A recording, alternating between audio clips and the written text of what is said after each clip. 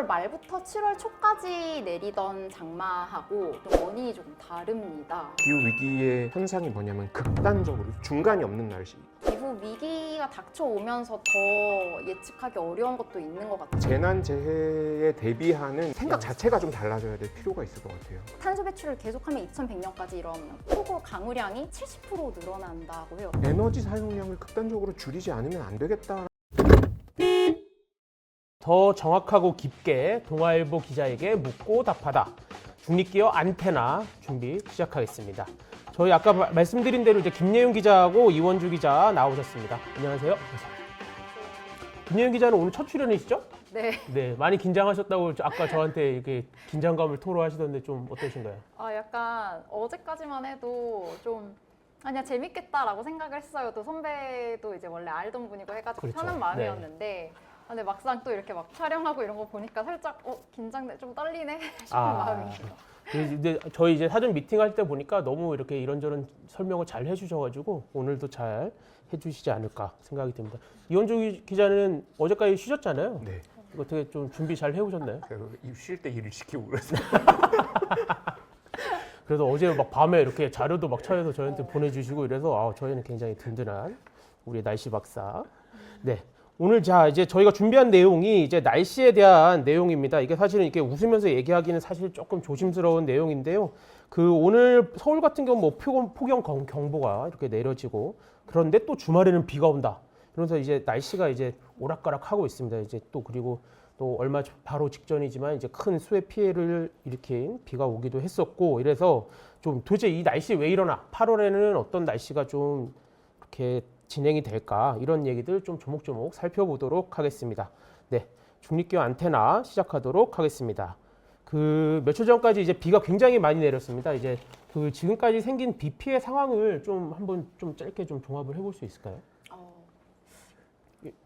제가 종합하면 되겠군요. 중대본 집계로 40명 넘었죠. 지금 44명까지 제가 보고 왔었는데. 사망자가 44명까지. 그 중에서 뭐 이제 오송 지하차도에서만 뭐 안타깝게 뭐 10몇 명이었나요? 네네. 그렇게 나왔었고. 그리고 어제는 뭐 이제 그 구조 작업을 하던 이제 해병대원이 구조 작업하던 군인까지 이제 좀 희생이 되는 희생이 됐고. 좀 그런 일이 있었고. 네. 산사태 예천에서 그렇습니다. 네. 거기서도 실종자가 좀 발견되는 이게 전국적으로 사실은 굉장히 피해가 계속 이어지고 있어서 되게 사실 이게 서울에는 사실은 큰 피해가 없었기는 했어서 저희가 지켜보는 입장에서 좀 안타까운 마음이 더 큰 것 같은데 자, 여기가 이제 지난주에 비가 정말 많이 왔는데 왜 이렇게 많이 온 건가요, 이게? 일단 비가 진짜 많이 오기는 했어요. 네. 일단 아직 장마가 끝나지 않은 상황인데 왜냐면 지금 다음 주도 비가 예보가 되어 있는데 왜냐면 지금까지 온 게 뭐 지난달 25일부터 17일이었나 18일 기준으로 해서 그 해마다 그 같은 기간의 그 강수량 누적 강수량을 비교할 때 올해가 이 기간으로 하나면 1위를 기록을 했고 하는데 비가 많이 왔다는 게 아마 두 가지로 나눠 볼 수 있을 것 같아요. 하나는 뭐 양이 많은 거, 하나는 뭐 기간이 길어서 지속성이 길어서 그 누적이 쌓이는 거인데 아마 지금 비가 많이 온 거는 두 가지 다 해당이 돼요. 그래서 아까 저희 뭐 이야기 잠깐 나눴지만 아마 혹시 지금 이번 장마 언제쯤 시작하셨는지 기억하세요? 6월부터 되지 않았나요? 네, 6월 25일부터 이제 기상청이 장마를 선언을 했고 그래서 6월 말부터 7월 초까지 내리던 장마하고 그리고 이제 그때 잠깐 지나고 며칠 잠깐 더웠다가 다시 지난주 한 일주일 내내 한 그렇죠. 열흘 정도 좀 비가 왔어요. 네. 근데 이 두 가지가 비가 많았던 그게 좀 원인이 조금 다릅니다. 그 두 개가 약간 다른 종류의 비였다. 네. 어떻게 다른 건가요?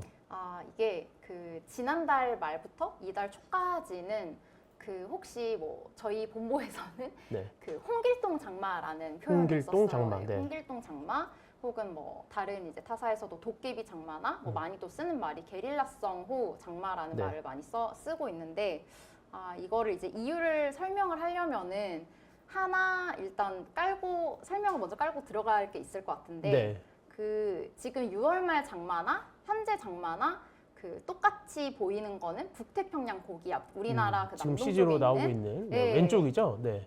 네네. 그거인데 이게 지금 우리 학교 다닐 때 보셨을 텐데 여름철에 우리나라 남동쪽에서 영향을 미치는 되게 거대한 공기 덩어리예요. 네. 이게 아마 적도에서 올라온 공기들로 이제 구성이 되어 있어서 기본적으로 이 북태평양 고기압은 덥고 습한 공기를 우리나라의 여름철에 공급을 맞습니다. 하고 있는 그런 기단인 걸 일단 조금 생각을 하시고, 근데 6월 말에는 아마 지금 차이를 보시면 우리나라 서쪽에서 중국 쪽에서 그 저기압이 발생을 해요. 네네. 근데 이 저기압이 발생을 하는 게 이동성 저기압이라서 규모가 아주 크지는 않지만 작은 이동성 저기압이 생겨서 네. 그 한 사나흘에 한 번씩 우리나라를 한반도를 통과해 갔어요. 6월 아, 말부터 한 7월 초까지. 네.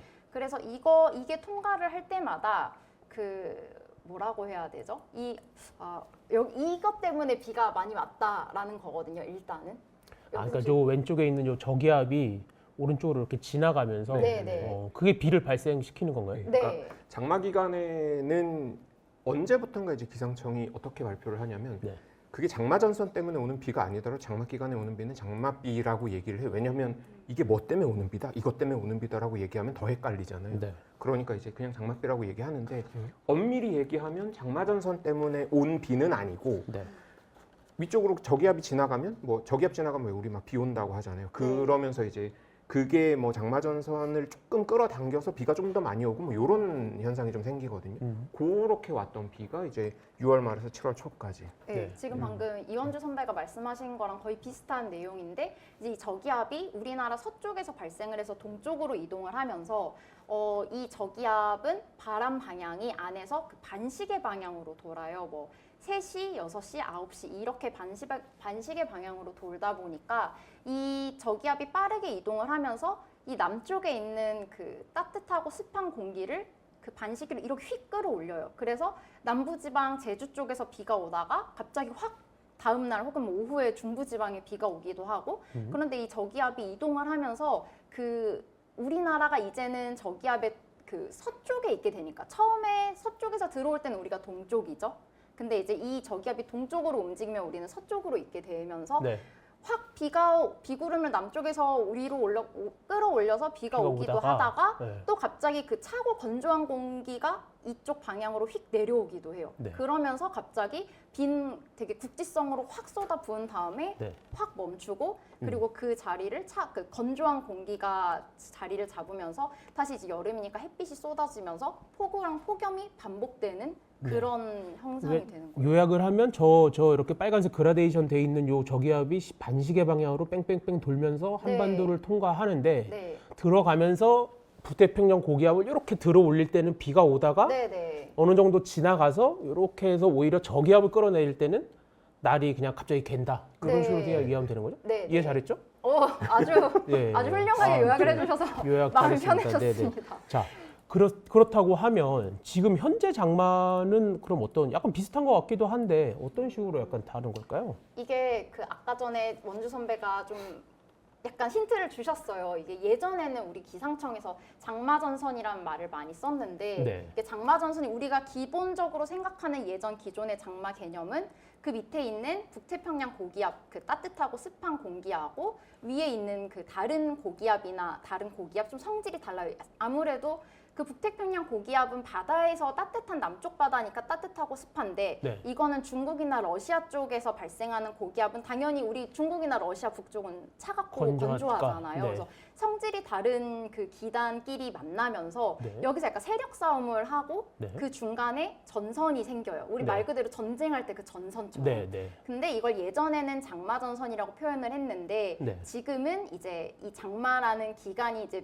기후 위기 등등으로 인해서 좀 여러 가지 이유가 변하면서 정체 전선이라고 말을 표현을 하고 정체 전선. 네, 정체돼 있다. 음. 오랜 시간 지금 기단이 약간 뭐라고 해야 되죠? 그 서로 대결을 만나는. 하면서 아. 그 오랫동안 거기에 있는 상태고 그래서 동서로는 길고 폭이 좁은 전선이 이제 그 둘이 서로 세력 싸움을 하면서 위아래로 오르락 내리락 하면서 네. 그 비를 뿌리는 걸 우리가 흔히 말하는 장마라고 생각을 하고 네. 또 지금 현재 장마가 그런 장마인 상태예요. 그러니까 저희가 예전에 이제 그런 장마 관련된 이런 기상도 같은 거 볼 때 여기 이제 오른쪽에 표시되어 있는 이런 그림 많이 봤었잖아요. 네. 이게. 네. 근데 요게 이제 이렇게 형성이 된 다음에 뭐 크게 이렇게 움직임이 없이 계속 여기에 이게 머물게 됐다는 거죠. 그래서 막 저희. 왔다 갔다 조금씩 하면서 이제 남부지방으로 좀 내려갔다가 위로 좀 올라갔다가 북한으로 잠깐 올라갔다가 아, 네, 맞아요. 또 내려오기도 하고. 네. 네.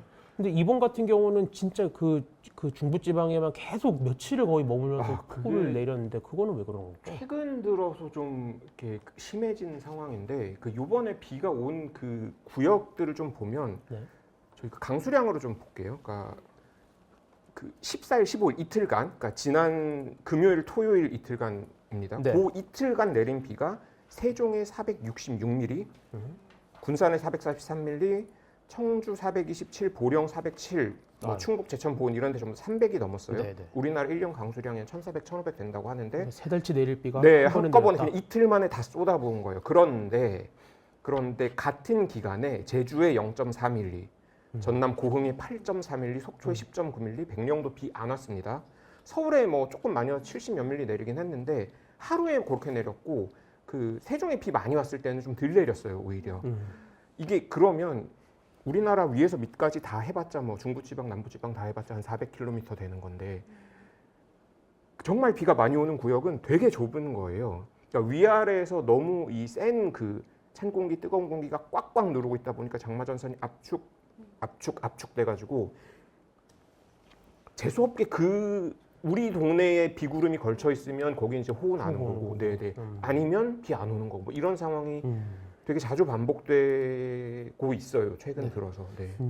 그래서 만약에 이제 그 6월 말 당시 장마하고 지금 장마랑 조금 특성의 차이 혹은 많이 오는 차이를 보자면 그 6월 말 때는 이제 그 저기압이 이제 약간 원포인트성이에요. 약간. 국지성 호우처럼 온다는 거죠. 네네. 약간 동서의 차이가 조금 더 있고 여기 같은 경우는 원포인트로 가령 뭐 서울 동작구 작년이 되게 대표적인 예인데 네네. 동작구엔 비 엄청 내렸는데 서울 뭐 동북부는 동북부는 괜찮았습니다. 별로 괜찮았거든요. 그러니까 그런 식으로 국지성으로 원포인트고 약간 폭염이랑 확 이렇게 바뀔 수 있다는 점이 있고 네. 그 지금 같은 경우는 이제 그때는 이제 뿌리 확 내리는 게 그런 게 있었고 지금 같은 경우는 약간 내리는데 물론 지역별 차이는 있는데 이게 오르락 내리락 하다 보니까 동서보다는 남북의 차이가 있고 이거는 저기압처럼 그렇게 순간적인 폭우는 시간당 강수량은 조금 덜해요. 근데 아무래도 오랫동안 오랜 시간 정체하면서 내리기 때문에. 하니까 시간이 쌓여서 누적 강수량이 많아지는 그런 상황입니다. 그러니까 이게 쉽게 말하면 6월 달에 온 비는 약간 이렇게 동전같이 그렇죠. 한 네, 지점에 네. 이렇게 호우가 쏟아진다고 보면 되는 거고 이번에 이제 많이 중부지방에 많이 온 비는 이렇게 약간 가로로 길게 형성되는 네. 선에 의해서 오게 된다. 그래도 이렇게 그 7월에 비가 많이 왔을 때 이렇게 형성되는 그 약간 구름 사진을 이렇게 보면서 이렇게 제가 본 표현 중에 약간 재밌는 표현 대기의 강이라는 표현을 쓰더라고요. 이거는 이게 아마 요걸 의미하는 건가요? 약간 이거는 학계에서 보는 거랑 좀 엄격하게 보는 거랑 네. 이제 좀 약간 다르군요. 네네네. 조금 다를 수는 있는데 네. 일종의 대기의 강이라고 볼 수 있을 것 같아요. 네. 일종의 대기의 강이라고 볼 수 대기의 있을 강이 것 뭔가요? 같은데 정확히 일단 말하면. 대기의 강이라는 건 말 그대로 대기가 강처럼 흐른다. 우리가 강은 원래 물이 흐르잖아요. 네. 근데 좁은 곳으로 이렇게 네네 흐르죠. 약간 졸졸 이렇게 흐르는데 이거는 수증기가 그렇게 흐른다라는 의미예요. 그래서 대기의 강이라는 개념 자체가 크게는 그러니까 다량의 수증기가 아주 길고 좁게 그 장거리로 수송이 된다. 약간 이런 네. 의미이고 네. 이게 사실 처음 미국에서 나온 개념이에요. 이게 캘리포니아에 폭우나 폭설이 내리는데 이 수증기가 어디서 왔나 좀 분석을 해보니 하와이에서부터 올라와서 이걸 뭐 파인애플 익스프레스라고 표현을 하기도 하더라고요. 근데 이제 이게 좀 보다 보니까 미국에만 있는 게 아니라 그런 대기의 강 형태가 유럽이든 뭐 동아시아에서도 발견이 되고 유럽이나 미국 쪽에서는 좀 겨울철에 많고 그래서 폭설 같은 걸 내린다 하고 동아시아 우리나라 뭐 한중일은 여름에 해서 여름에 많이 발견이 돼서 비를 많이 내리는 그런 역할을 한다 이런 이야기가 있어요. 지금 약간 어렵다는 분들이 약간 계시는데 이게 네. 쉽게 말씀드리면 이렇게 생각하시면 이게 맞는지 한번 들어봐 주세요. 저희가 이제 사우나 같은 데 가면 이렇게 벽이 쳐져 있고 이제 밖은 시원하고 안쪽은 엄청 이제 습한 약간 습식 사우나라는 그런 게 있잖아요. 그러면 그 가운데를 이렇게 막고 있는 유리가 이게 유리에 계속 이렇게 수증기가 이렇게 맺혀서 이게 뚝뚝뚝뚝 물이 떨어지잖아요. 예, 뭐 그렇게 그런 거랑 볼수 비슷한 있을 것 느낌으로 봐도 같아요. 되나? 그러니까 아주 그냥 뱀처럼 이렇게 뭔가 이렇게 물기를 많이 머금은 그 공기가 이렇게 빠른 속도로 쫙 이렇게 흘러간다라고 생각하시면 될 것 같아요. 우리나라 뭐 장마전선 같은 경우도 이제 길고 좁다 보니까 네. 이제 네. 대기의 강이라고 이제 표현하는 경우도 있고, 다만 네. 뭐 일부 뭐 이제 뭐 연구자들은 이거는 대기의 강은 이제 아까 말씀하셨던 그 하와이에서 미국 본토까지 갈 정도의 이게 긴 넓은 큰 예, 건데. 그런 그 규모로 봐야 되는데 장마전선 그렇게 보기엔 좀 작은 거 아니야? 이렇게 보는 네. 연구자도 있고 좀 맞아요. 그렇습니다. 네. 조금 더 보강을 네, 해서 네, 말씀을 네. 드리면 이제 그 말씀하신 대로 원래 이제 대기의 강이라는 개념은 되게 그 장거리를 이제 말을 하는 건데 큰 규모의 이런 걸 네, 얘기하는군요. 네. 우리나라와도 연관이 있다라고 하는 거는 그 아까 우리 저희 모식도 보시다 보면은 그 고기압 그 북태평양 고기압하고 이 티벳 고기압 사이에 되게 이제 그 전선이 그 기단 부딪히는 사이에 얇은 틈이 있었잖아요. 그 네네. 정체 전선처럼 네네. 이 전선을 따라서 그 북태평양 고기압 가장자리잖아요. 그 그렇죠. 가장자리를 네. 따라서 적도에서 수증기가 많이 올라온다. 그러니까 사실 수증기의 이동이 그 대기의 강이니까 네. 그런 개념으로 볼 수 있는 거고 이게 뭐 전문가분이 저한테 이제 그냥 5% 말씀해 주신 걸 들어보면은 이게 적도가 뜨거워지니까 따뜻해지니까 당연히 따뜻한 수증기도 많이 발생을 하고 우리나라의 그 당연히 비의 재료는 수증기잖아요. 그렇죠. 수증기가 있어야 물이 돼서 떨어지니까. 네. 그래서 그 따뜻한 수증기가 우리나라에 들어오는 양이 예전에 한 40, 50이었다면은 지금은 한 70 정도까지 늘어났다. 뭐 이런 이야기를 하더라고요. 그러니까 아마 그 전문가께서 이렇게 좀 조심스럽게 말씀을 해주신 이유는 아마 그런 설명이 이게 약간 온난화, 지구 온난화 이런 우려랑 이제 연결이 되니까 아무래도 좀 조심스럽게 말씀을 하신 거 아닐까 싶기는 한데. 네. 그럼 결국은 이렇게 비가 많이 오는 것도 약간 온난화의 영향이다라는 의견이 좀 학계 일부에서 조금 그렇게 좀 생각을 갖고 계신 분들이 좀 있긴 있으신가 보네요. 거의 사실상 학계에서는 일부가 아니라 거의 전반적으로 그렇게 생각은 하시는데. 생각을 하시는 것 같아요. 예. 근데 뭔가 이게 과학적으로 이렇게 딱 네. 증명이 되거나 이런 건 굉장히 아니기 때문에. 장기간이고 네네. 지금 내리는 비는 또 이제 이전에 쌓였던 것들이 또 오는 거고 해서 네네. 막 쉽게 딱 증명을 하기는 어렵다 보니 네. 그렇지만 경향상 그리고 추세상으로는 확실히 기후 위기, 뭐 지구 온난화로 인해 비가 많이 오는 건 맞다. 그렇게 이제 생각들을 하고 계신다. 예전에 네. 지구 온난화라는 단어를 많이 썼었는데 요새 이 표현을 바꿔야 된다. 왜냐면 지구 온난화 그러니까 이제 더워지는 걸로 생각하는데 뭐 트럼프 전 대통령 같은 경우도 막 겨울에 좀 추우면 야, 이게 무슨 지구 온난화냐. 그래서 용어를 이제 바꿔야 된다. 기후 변화라고 했다가 이제는 기후 변화라는 말은 좀 경각심이 떨어지는 것 같아요. 그래서 기후 위기 이런 말을 쓰고 있어요. 기후 변화, 기후 위기의 가장 전형적인 현상이 뭐냐면 극단적으로 중간이 없는 날씨. 어제까지 비 오다가 오늘 폭염주의보 내렸잖아요. 서울은 네. 폭염 경보까지. 그렇죠. 네. 중간이 없는 날씨로 가는 게 기후 변화의 전형적인 모습인데 지금 딱 그렇게 가고 있다고 보시면 될 것 같습니다. 네. 이게 이제 4일인가요? 7월 4일에 이제 네. 세계 기상기구가 엘니뇨 시작을 또 공식 선언을 하기는 했는데 이게 사실은 저희가 엘니뇨란 말을 많이 듣기는 듣는데 이게 엘니뇨가 도대체 뭐지? 이게 사실 잘 모르는 분들도 많으신 것 같아요. 솔직히 말하면 저도 엘니뇨 라니냐 맨날 네. 어릴 때 공부하면서 외우려고 노력은 했는데 그렇죠. 정말 솔직히 말하면 기사를 쓰는 지금까지도 다시 찾아봐야 그렇죠. 이게 약간 그렇죠. 헷갈리거든요. 네, 저희한테 너무 약간 헷갈려요. 생소한 네. 개념인데 네. 우리 저희 날씨 박사님께서 약간 한번 설명을 한번 해주실 그러니까 수 있을까요? 엘니뇨면 바다 태평양이 따뜻해지는 거고 네. 라니냐면 차가워지는 건데 태평양이 요게 따뜻해지면 엘니뇨. 엘니뇨 차가워지면 차가워지면 라니냐인데 라니냐. 문제는 요게 기준이 우리나라 쪽 태평양이 아니고 저기 페루, 칠레, 남미 쪽 바다를 좀 기준으로 합니다. 그래서 그게 태평양 한 중앙부 적도 뭐 그 중간 쪽 태평양까지 영향을 끼칠 경우에 그래서 뭐 0.5도가 높아지네 낮아지네 뭐 이런 얘기들을 하는데 일단은 뭐 그쪽 이제 정해놓은 그 태평양의 적도 부근에 뭐 위아래로 뭐 0.5도씩 좌우로 뭐 한 30도 되는 뭐 이 영역을 정해놓고 그쪽 바다가 평소보다 한 0.5도 높다. 네. 그러면 엘니뇨. 뭐 평소보다 0.5도 낮다. 그러면 네. 라니냐. 이렇게 정의를 하는 거예요. 그럼 그걸 선언하는 게 무슨 의미가 있는 거죠? 저희한테? 영향이 많죠. 왜냐하면 제가 너무 약간 너무 평소 여쭤보던 것처럼 너무 약간 재수없게 물어봤나? 그러니까 우리나라에 비가 더 많이 오냐, 뭐 네. 폭염이 생기냐, 아니면 겨울에 한파가 생기냐, 요것들이 이제 엘니뇨, 라니냐에 의해서 네. 큰 틀에서 영향을 받는다. 그러니까 기상 이변의 뭔가 가능성과 연결이 된다. 뭐 이렇게 받아들이면 엘니뇨 돼요. 라니냐 자체가 기상 이변은 아닌데 네. 그거에다가 요즘에 뭐 했던 아까 말했던 극한 기후 이런 것들이 더해지면 이제 이번처럼 이제 엄청나게 비가 내린다든가 네. 또 작년 겨울에 생각해 보면 작년 겨울에 엄청 추웠잖아요. 눈 많이 오고 뭐 영하 10, 20도 네. 뭐 가까이 떨어지고 네. 그런 거는 이제 작년 말까지 있었다가 올해 초에 끝났던 라니냐 영향이라고 아, 그렇게 보는군요. 예, 분석이 네. 많이 되거든요. 그러면 네.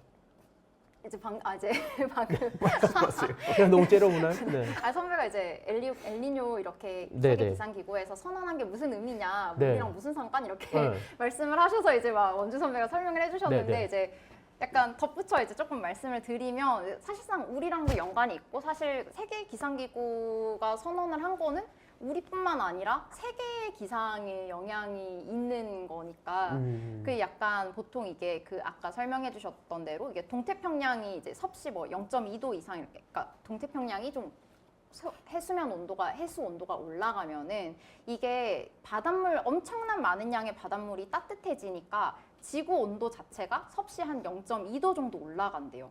근데 그러면 일단 당연히 온도도 높아지는 거고 네. 그게 온도가 올라가다 보면은 그 지구 그 남반구 지역, 그러니까 적도 밑에 남반구 지역에서는 너무 뜨거워서 뭐 열병이나 말라리아 같은 뭐 전염병도 그런 생길 것까지 수 있을 있다고 것 같다. 하고, 네. 뭐 북반구는 한파나 대설이 올 수 있고, 뭐 적도 지역에는 비가 많이 온다라고 하고, 우리나라 같은 경우에는 얼마 전에 기상청이 이제 그 WMO 그 네. 세계 기상 기구에서 그 엘니뇨가 발생을 하고 12월까지 점점 더 강해진다라고 말을 하면서 네. 한반도에 미치는 영향에 대해서는 기상청이 발표를 네, 했어요. 네, 전망을 했군요. 전망을 네, 네, 네. 했어요. 근데 뭐 아주 뭐 유의미한 아직 영향을 있다고 말을 할 수는 없다. 다만 네.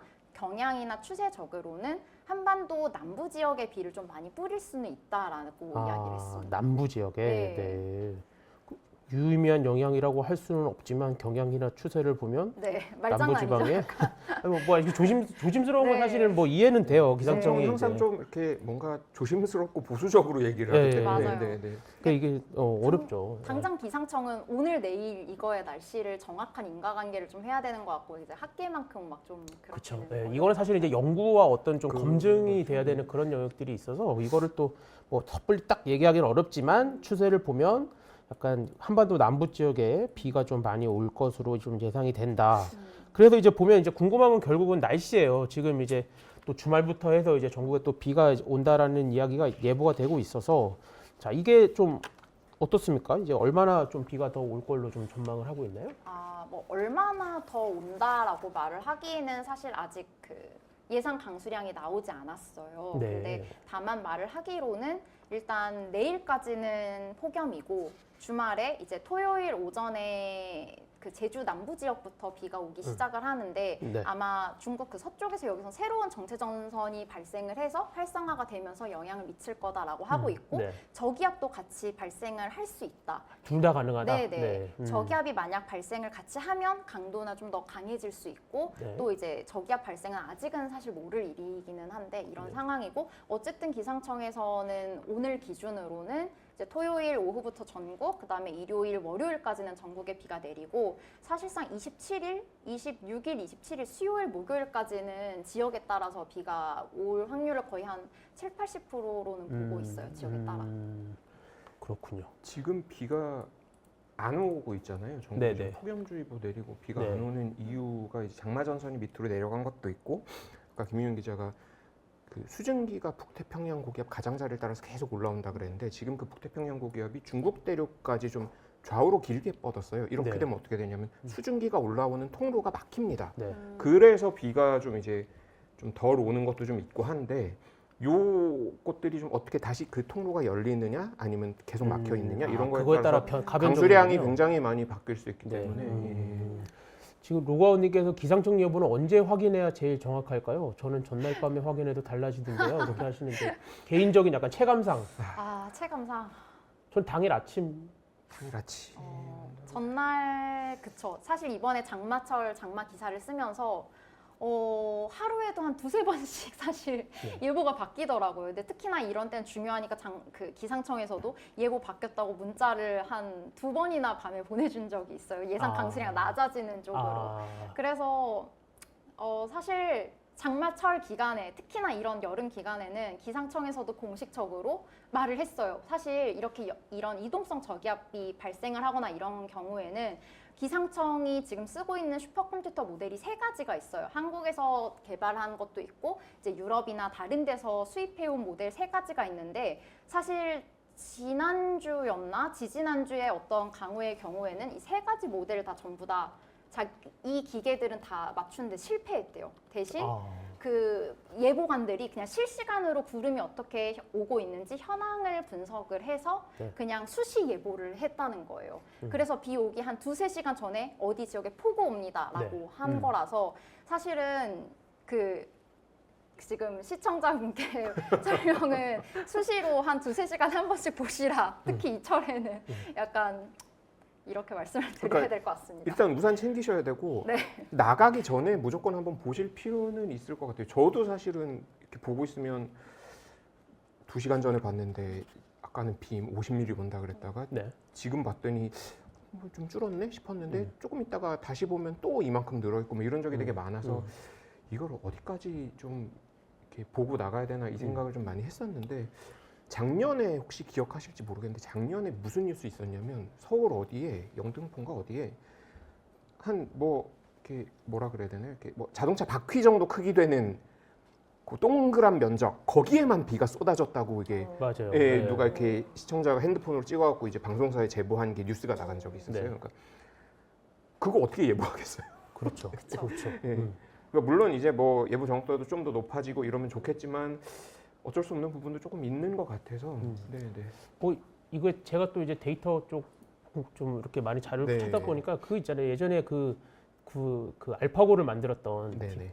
딥마인드인가요? 네. 딥마인드에서 예전에 90분 뒤에 어느 지역에 강수가 예정돼 있다라는 걸 굉장히 높은 확률로 이렇게 예측하는 AI를 만들어서 엄청 약간 화제가 된 적, 아하. 국내에서 약간 화제가 된 적이 있었는데 이게 보시면 90분 안에 내릴 확률을 예측하는 거잖아요. 그러니까 그렇죠. 이 인류 기사들을 이길 정도의 약간 학습이 가능한 AI를 개발할 수 있는 곳에서도 90분 단위로밖에 예측을 못 한다는 거예요. 그러니까 저는 그걸 보면서 오히려 날씨가 이렇게 예측하기가 어려운 거구나 이런 생각이 좀 들기는 했었는데 네. 그래도 어쨌든 뭐 전 지구를 놓고 바둑을 둔다고 생각하면 어, 규모가 좀 커질 테니까 계산하는 양이 좀 많아지지 않을까요? 그게 쉽지 않겠죠. 기후 위기 사실 이게 기후 위기가 닥쳐오면서 더 예측하기 어려운 것도 있는 것 같아요. 사실 작년에 그 144mm 서울 동작구에 왔을 때 네. 그때도 실은 기상청 이게 조금 이따 얘기가 나올 수도 있지만 그 극한호우라는 말이 작년에 처음 사실상 나온 거거든요. 네. 왜냐하면 기상청 입장에서도 이 정도의 시간당 144라는 거를 상상해 본 적이 없는데 이렇게 오니까 그래서 더 예보가 어려워지는 것 같아요. 이게 사실은 저희가 지금 이제 이번에 온 비가 많이 왔을 때 시간당 뭐 한 40에서 60 정도 오면 너무 많이 옵니다 이렇게 표현을 했는데 그때는 140 이렇게 왔던 거예요? 네. 아. 이게 참고로 말씀을 드리면 시간당 저희가 한 20 정도라고 생각을 하면은 밖에서 좀 빗소리 들리네? 약간 이런 생각.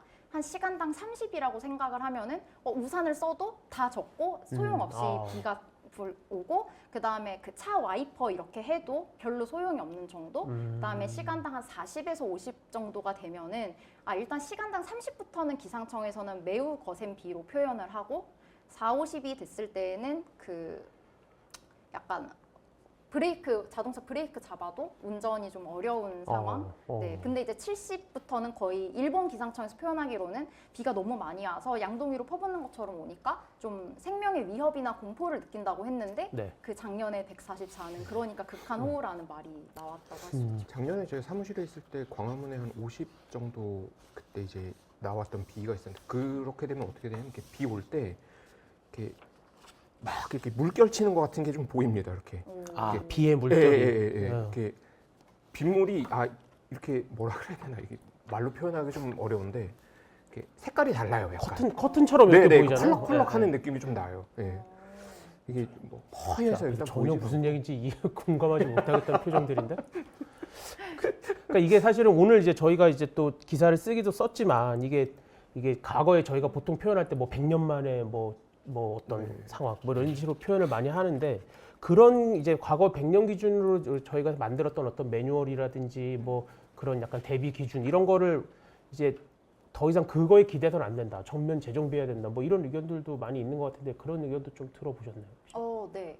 일단은 이미 지금 선배가 다 설명을 제가 해주셨어요. 얘기를 했네. 설명을 해주셨는데 일단 뭐라고 해야 되지? 그 극한호 아까 전에 그 동작구 계속 말씀을 드리는데 이런 경우도 우리가 생각하지 못했던 건데 이미 지금 우리 국가 시설물들 가령 뭐 댐이라던가 이번에 얼마 전 댐이라던가 혹은 제방이라던가 이런 국가나 지방 시설물들은 각각의 조금씩 기준은 다르지만 그 설계를 할 때 기준에 100년 빈도 혹은 200년 빈도 강수 뭐 이런 식으로 40년 빈도 이런 거를 정해서 설계를 해요. 가령 조금 더 풀어서 설명을 하자면 이게 뭐 50년에 한 번 올 만큼의 강수가 비가 왔을 때 견딜 수 있게 만든다. 그렇죠. 내지는 뭐 좀 더 중요한 시설물의 경우에는 100년에 한 번 올 만큼의 강우가 와도 이게 무너지지 않고 버틸 수 있게 만든다. 이런 기준인 건데 사실 이 기준 자체가 이미 과거의 데이터를 기준으로 만든 그 예측한 빈도 강도니까 근데 이제 앞으로 오는 게 과거를 기준으로 한 100년 빈도가 되겠느냐? 약간 이런 내용입니다. 그래서 정부에서도 그걸 대책을 세우고 있고요. 이번에 그 오송에서도 제가 알기로는 제방 높이나 이런 거를 그 과거 평년 기준에서 이렇게 좀 여유 있게 쌓았다고는 하는데 뭐 그게 전혀 이제 일단 뭐 시간당 100mm가 뭐 100년에 한 번 나올 일이다. 근데 작년에 있었고 올해 또 있잖아요. 그리고 제가 이 사회부 기자로 나가면서 뭐 기상청 나가고 뭐 이거 재난재 기사 쓰고 할 때가 한 10년쯤 전부터 한 4, 5년 정도 했었는데 그때 장마 기간, 뭐 폭우 기간이 여름철에 이제 막 비가 막 내릴 때 중앙재해대책본부 같은 데서 인명 피해 집계한 걸 보면 사례들이 뭐 그런 거예요. 그러니까 비 많이 오는데 배수로 뭐 이렇게 농수로 정비하러 나갔다가 아니면 뭐 그렇죠. 뭐 그 계곡에서 캠프하는데 버티고 안 나왔다. 그러니까 물이 불어서 들어가면 안 된다, 가까이 가지 마세요라고 했는데 굳이 갔다가 사고가 나는 경우가 많았는데 작년 올해 보면 작년에 서울에서 반지하 주택방에서 그대로 물 차가지고 안타깝게 희생됐죠. 올해 멀쩡한 도로 건너다가 희생됐죠. 이게 예전에는 가지 말라고 하는데 갔다가 사고가 나는 거였으면 이제는 안전한 데 있다고 생각을 하는데도 위험해질 수 있는 글로 상황. 들어와서 사고가 나는 상황이 생긴 거예요. 이렇게 되면 재난 재해에 대비하는 그 뭐라 그래야 되나 그 생각 자체가 좀 달라져야 될 필요가 있을 것 같아요. 그러니까 이게 어쨌든 기후 변화가 저희도 이제 피부로 느끼고 있고 이게 재난의 말씀하신 대로 재난의 양상이 사실은 이제 조금씩 변화하는 이런 시기인데 그러면 이게 어쨌든 이게 정부 정책이나 이런 것도 법안이나 이런 것도 좀 그런 거에 맞춰서 좀 이렇게 변화를 해야 될 것 같은데 어떻게 좀 잘 되고 있나요? 잘 될 것 같으세요? 잘 되면 제가 안 여쭤봤겠죠? 네. 근데 이제 그 아까 잠깐 말씀을 드렸지만 사실 어쨌든 정부에서 일단 늘 뭐 노력을 하려고는 하세요. 그러니까 그 지난달 그러니까 6월에 그 제3차 국가 기후위기 적응 강화 대책이라는 걸 발표를 했어요. 이게 보완 대책이에요. 왜냐하면 원래 이거는 2021년부터 2025년까지 기간을 2020년에 내놨던 대책인데 5년 대책이군요. 네, 5년 2021년부터 25년인데 지금 23년이잖아요. 이게 25년까지 원래 대책을 세워놨는데 21년, 22년 거쳐 보니까 안 되겠다. 이거로 약하겠다. 더 강화해야겠다 해서 그래서 올 초에 그냥 정부에서 우리가 조금 더 부족했던 것 같고 당장 더 악화 일로일 것 같아서 약간 업데이트를 한 거다라고 설명을 했고 그래서 뭐 내용으로는 가령 뭐 소하천 그 범람 대비 그 설계 빈도를 원래는 100년이었는데 200년으로 상향한다. 혹은 뭐 또 이야기 많이 나왔던 거지만 그 도심 작년에 이제 강남 광화문 침수 관련해서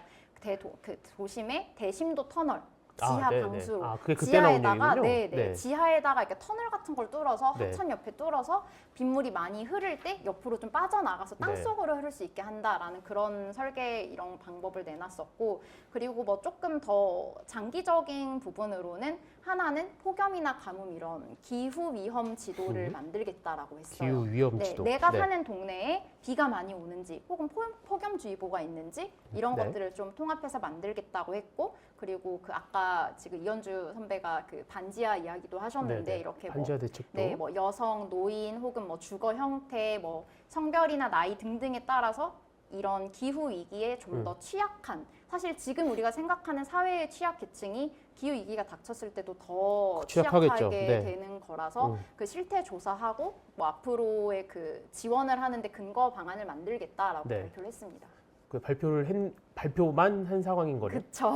네. 그래서 뭐 이제부터 하겠다라고 말을 했는데 방금 이제 잘 하고 있나요라고 말씀을 하셨는데 사실 여기선 살짝 쓴소리를 해야 될 것 같은 게 이것도 이제 앞으로 잘 해야 될 거고 사실은 이번 수해 관련해서도 많이 나왔던 지적이 21대 국회에서만 네. 사실 수해라는 거는 물난리는 작년에도 나고 재작년에도 나고 사실 날 때마다 매번 그 수해 방지 법안이 많이 나와요. 그런데 지금 바로 엊그제 뭐 저희 회사에서 동아일보에서 체크를 해보니 21대 국회에서 수해 방지 법안이 27건 그냥 그대로 계류돼 있었다. 네. 말 그대로 그냥 특별하게 처리 안 되고 방치돼 있었다라는 의미여서 이제 지금 막 뒤늦게 또 난리가 나니까 네. 통과를 시키더라고요. 그래서 이런 걸 생각을 하면 이렇게 반짝 물난리 났을 때 막 하는 신용하다가 네. 뭐 또 안 하 금방 또 사람들이 잊혀지니까 그러니까 그러지 않고 그렇죠. 이 네. 지금 이번에 내놓은 대책도 잘 해 나가야 될 텐데라는 네. 생각입니다. 그 어쨌든 이렇게 사실 우리나라뿐만 아니라 이제 전 세계적으로 사실 이제 기상 이변이라든지 이런 기후 위기 이런 게 많이 이제 대두가 되고 있는데 이게 김예윤 기자는 약간 이제 우리가 잊지 말고 우리 지금 이렇게 여름철에만 반짝 대책하지 말고 좀 잘 대비해서 하자는 말씀 해주신 것 같고 이현주 기자께서는 약간 좀 그런 글로벌적인 관점에서 어떻게 글로벌적인 한마디 관점. 해주시죠. 어떻게 해야 된다. 진짜 잘 모르겠는데. 근데 뭐 그런 건 있는 것 같아요. 아무튼 이게 뭐 그 우리나라는 뭐 여름철 폭염 뭐 이런 건데 외국에서는 뭐 더위 때문에 막 사람 죽어나가고 그렇죠. 뭐, 예, 네. 뭐 이런 경우가 되게 지금 많잖아요. 뭐 그리고 이탈리아에서는 네. 폭우로 13명이 숨지고 그리고 이게 뭐 네. 꼭 남의 얘기냐라고 하면 뭐 최근에 기사 좀 여기저기서 많이 나왔는데 인도에 폭염이 돼가지고 토마토가 뭐 다 말라 죽었나 안 나왔나 그래서 뭐 그렇게 되면 이제 식량값 올라가고 네. 뭐 이런 그 여러 가지 경제적 피해까지도 올 수 있거든요. 그러면 뭐 어떻게 해야 되냐? 전반적으로 전 세계에서 에너지 사용량을 극단적으로 줄이지 않으면 안 되겠다라는 그냥 생각. 극단주의자시군요. 예, 극단주의. 근데 그거 말고 다른 방법이 있나?라고 생각하면 잘 안 맞아. 떠올라요. 예. 근데 이게 그러니까 뭐 예를 들면 뭐 그런 겁니다. 뭐 우리나라로 치면 뭐 내가 전기차를 타니까 내가 그만큼 나는 온실가스 배출이 없어. 그 전기차에 충전하는 전기 발전할 때 50% 이상이 탄소 배출하는 발전원이거든요. 네. 그러면 내가 한 50% 정도는 탄소 뿜으면서 전기차 타고 있다는 거예요. 그런데 전기차 서울에서 부산 한번 가면 8월에 한 가정에서 일주일 쓰는 전기를 한꺼번에 먹습니다. 네.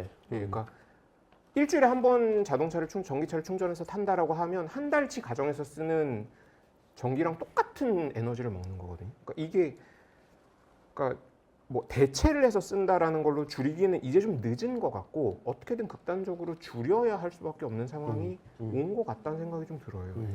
물론 이제 저도 실천하기 되게 어렵긴 한데 네. 예, 실천해 주시죠. 의식적으로 지켜보겠습니다. 의식적으로라도 좀 하지 않아야 되겠나 싶은 생각이. 네. 김예윤 기자. 약간 마지막으로. 네, 선배가 말씀하신 게 너무 맞는 말씀인 걸 약간 동조하고 싶어서 막 이렇게 네. 비슷하게 왔는데 그 지켜보겠습니다. 지난해 그 기상청하고 그 에이펙하고 그 내놓은 자료를 보면은 우리가 지금처럼 탄소 배출을 계속 많이 하면은 그러니까 에너지가 결국은 탄소 배출하고 되게 직결되는 문제라 탄소 배출을 계속하면 2100년까지 이런 폭우 강우량이 70% 늘어난다고 해요. 사실 지금보다 70%더 온다고 하면 되게 많이 오는 건데 이거를 우리가 많이 줄인다라고 하면은 그 70%보다는 제가 지금 정확한 수치는 기억이 안 나는데 훨씬 그 늘어나는 강수량이나 이런 게 줄어들었던 것 같아요. 그래서 사실 장기적으로 기후 위기나 그냥 수해 이런 걸 좀 대비를 하려면 에너지 절감하는 게 가장 네. 필요하지 않나.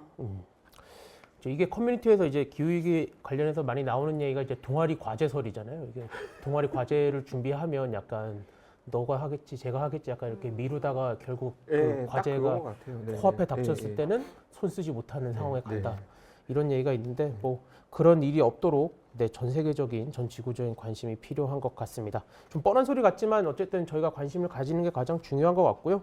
네, 두 분 말씀을 잘 이렇게 되새기면서 저도 열심히 노력을 하도록 하겠습니다. 텀블러 쓰기 네. 이런 거. 아 그렇습니다. 네, 그런 것부터 하나씩 차 실천. 안 몰고 버스 한 번 더 타고 뭐 이런 것들이 다 도움이 네. 되는 것들이. 제가 두 분 지켜보겠습니다.